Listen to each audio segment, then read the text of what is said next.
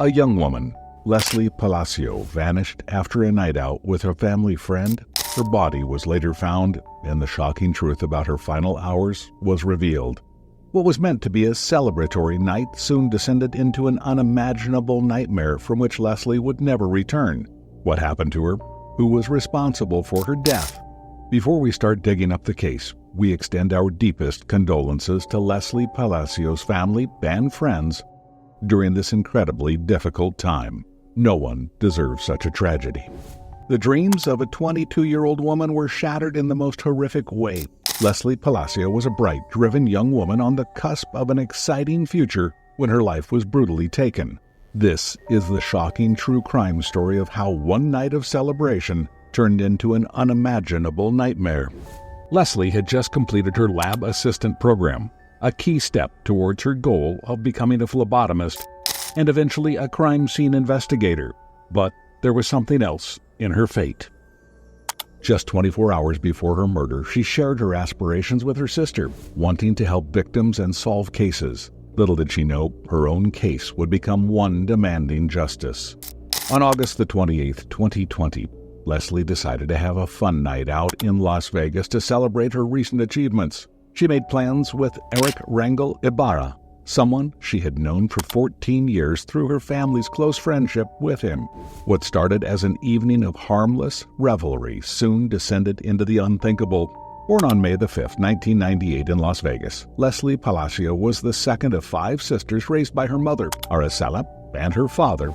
From an early age, she exhibited an incredibly caring nature, looking after her younger siblings while her parents worked tirelessly to support the family. Despite the challenges they faced, the Palacios fostered a warm, tight-knit home filled with laughter and love. Lesly's kindness extended beyond her family, as she was known for her compassion towards others. Her dedication to helping people motivated her career aspirations in the medical field. After enrolling at Las Vegas College, Lesly secured a job as a lab assistant in 2020. Though initially shy, her bubbly personality soon emerged, and colleagues described her as an unstoppable force. Lesly took immense pride in her work, excelling at even the most daunting tasks, like drawing blood. One instructor recounted how Lesly loved being paid to poke people, a morbid joke hinting at her caring way of putting patients at ease. Her positive energy and eagerness to learn made an indelible impact on those around her.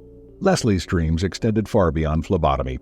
In her final conversations with her sister Kaylee, she expressed her desire to become a crime scene investigator, hoping to aid victims of violent crimes.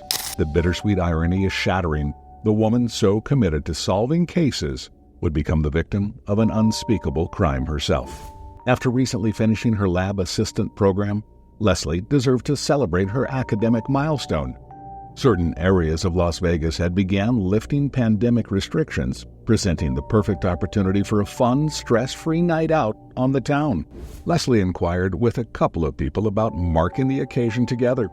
However, most were unavailable or still hesitant about going out amid COVID-19 concerns. Just when it seemed she might have a low-key night in, an Instagram message arrived from rangel-ibarra. Eric, though not a complete stranger to Lesly, was an interesting choice to spend her evening with. The two families had been close friends for over 14 years after meeting at their local church. Some reports even suggested Eric's mother was Lesly's godmother, making their bond that much more disturbing in hindsight. While not best friends, they had known each other for a long time and were of similar ages. However, Lesly's sisters admitted Eric had long harbored an unrequited romantic interest in her, repeatedly pursuing her despite her rejections. On the evening of August the 28th, perhaps feeling she had few other options for company, Lesly accepted Eric's invitation to go out together. Responsibly, she informed her sister Kaylee of her plans for the night out and that Eric wouldn't be drinking, a peculiar detail looking back. Security footage captured Lesly and Eric arriving at the Longhorn Casino and Hotel in Eric's white Ford truck just after 12:30 a.m. on August the 29th. Over the next few hours, the pair visited a couple of local bars like Putter's Bar and Grill and the Bourbon Street Bar and Grill. Everything seemed okay, as both were really enjoying the night. The night goes on, and Lesly dutifully keeps Kaylee updated through text messages. Then, at 4:40 a.m., she sent an ominous message. "Dude, I've got to talk to you about some shit. Seconds later, Kaylee saw the bubbles appear as if Lesly was typing a follow-up explanation, but nothing more came through. Little could Kaylee have realized those would be the final words she would ever receive from her beloved sister. When the morning of August the 29th arrived, Lesly had not returned home from her night out, instantly raising concern among her loved ones. Her sister Kaylee went to check Lesly's room, confused, but found it empty with no sign she had slept there. At first, the Palacios reasoned that perhaps Lesly had simply crashed at Eric's place after having too much to drink. Surely, she would be home soon. However, as the early afternoon hours ticked by with no word from Lesly, panic set in.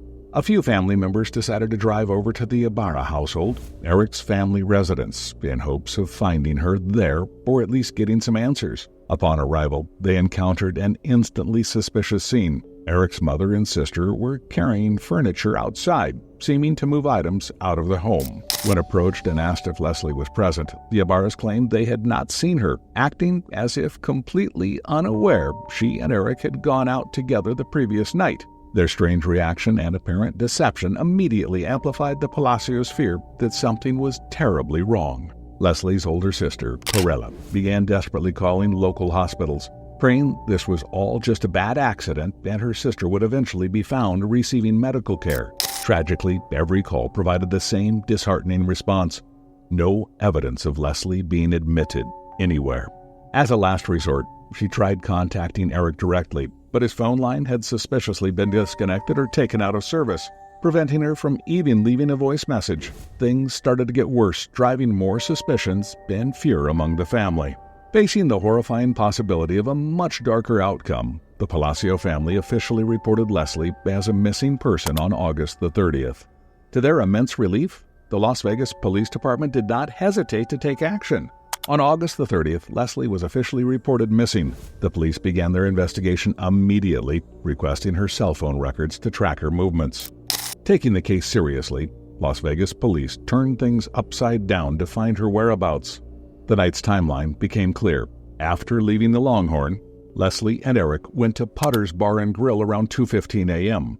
Then, the Bourbon Street Bar, where her cell phone last pinged around 5:50 a.m.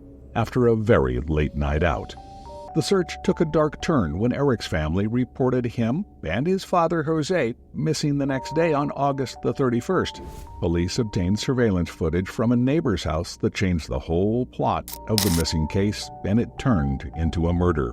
Mrs. Ibarra claimed Eric had gone out drinking late on August the 28th, only returning home the following morning acting bizarrely erratic. Allegedly, Eric had abruptly walked out of the door again, never to be seen again. The peculiar disappearance of not just Eric, but also his father Jose, immediately found investigators suspicious. In a determined search for evidence, police canvassed the Ibarra's residential neighborhood, hoping privately owned security cameras might have captured anything useful. Their efforts struck gold. A home directly across from the Ibarras possessed surveillance footage facing their residence.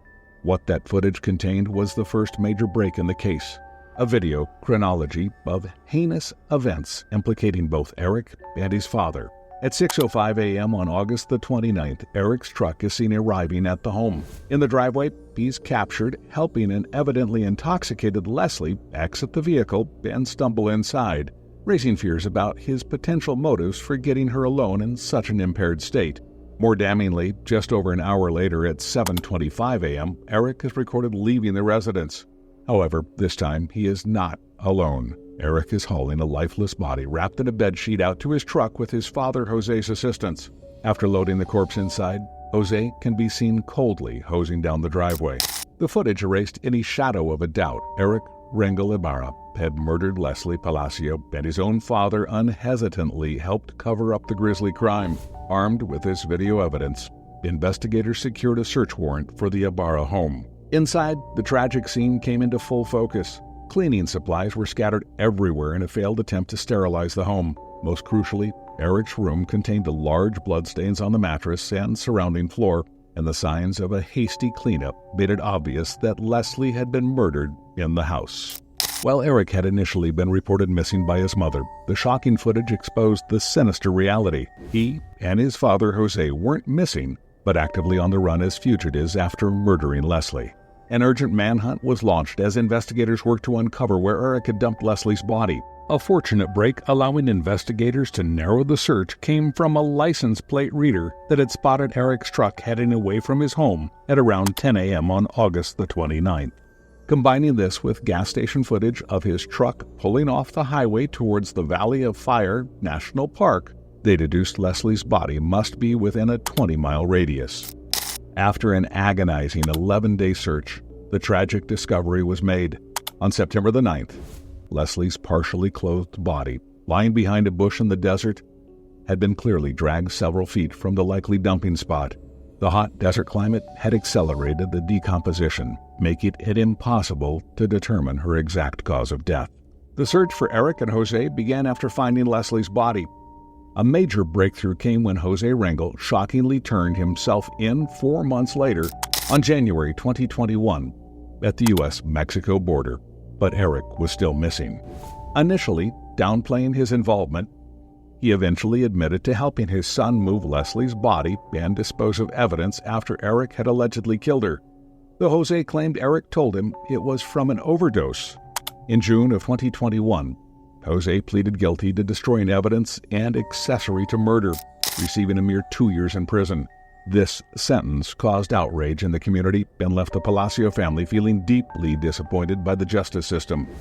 Lesly's family begged the judge for a harsher punishment, but their pleas fell on deaf ears. With Eric still at large, believed to be in Mexico, the family took matters into their own hands.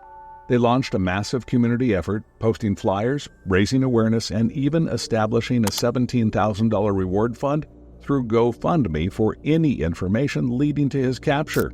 While the FBI has joined the cross-border manhunt, finding one fugitive in an entire country is extremely difficult. All Lesly's loved ones can do is hold on to hope that one day, through sheer determination or an untimely mistake, Eric will finally be forced to answer for his alleged despicable actions. It's been 4 years, and Eric is still nowhere to be found, which raises doubts about how our systems work. Will Eric be held on trial one day? Share your thoughts in the comments section, and don't forget to subscribe.